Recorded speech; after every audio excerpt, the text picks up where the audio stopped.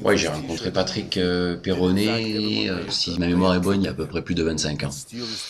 Je l'ai rencontré à Los Angeles, je rentrais d'Europe. J'arrivais donc aux États-Unis pour commencer ma carrière de bodybuilding.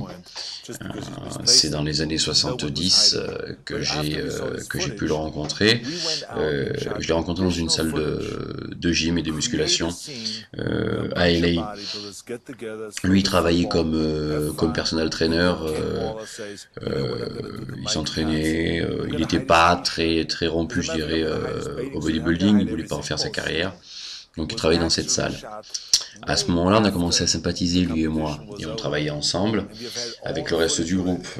Moi, rapidement, je me suis tourné vers le cinéma, comme vous le savez, et ce qui a fait je dirais, mon heure de gloire, c'est mes titres de champion, et le film qui a été tourné dans les années 70 sur moi.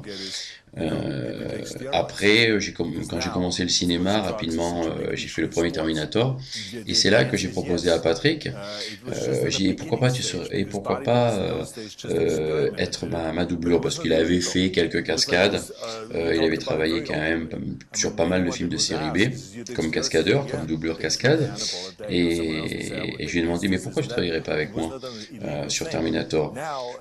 James Cameron à l'époque n'était pas très connu, le projet n'était pas très attendu, et on avait un bon feeling sur ce film. Donc on est partis tous les deux, et bon, moi j'ai endossé le rôle de Terminator, et Patrick était mon cascadeur.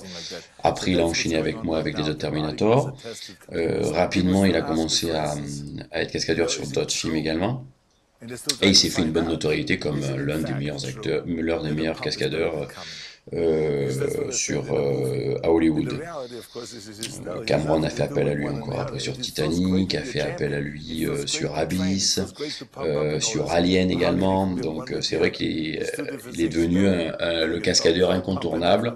Il a monté sa société de production également sur Hollywood. Et après je dis mais pourquoi tu essaierais pas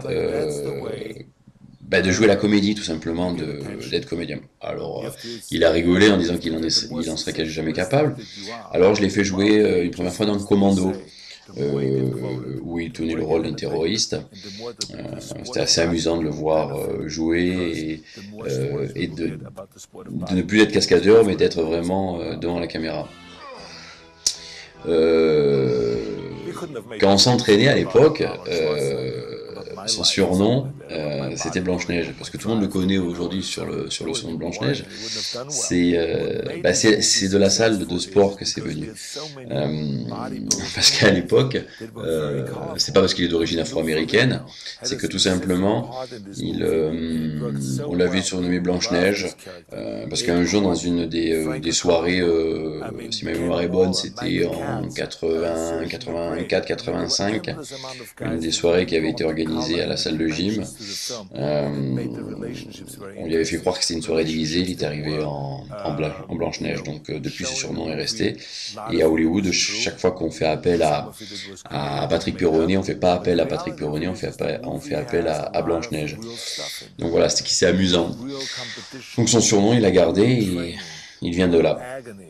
Mais pour en revenir à son jeu de comédien, c'est vrai que donc après Commando, moi je l'ai pris sur Predator où il avait un rôle un peu plus important. Et après il a enchaîné avec des productions, avec des seconds rôles. Et petit à petit il s'est affirmé comme un acteur vraiment de films d'action, comme des Statham, comme des Stallone. Et je pense qu'il peut avoir la même carrière que moi. Avec ce film, Don't Be Afraid of the Dark in Turkey, je pense que là, il passe un cap.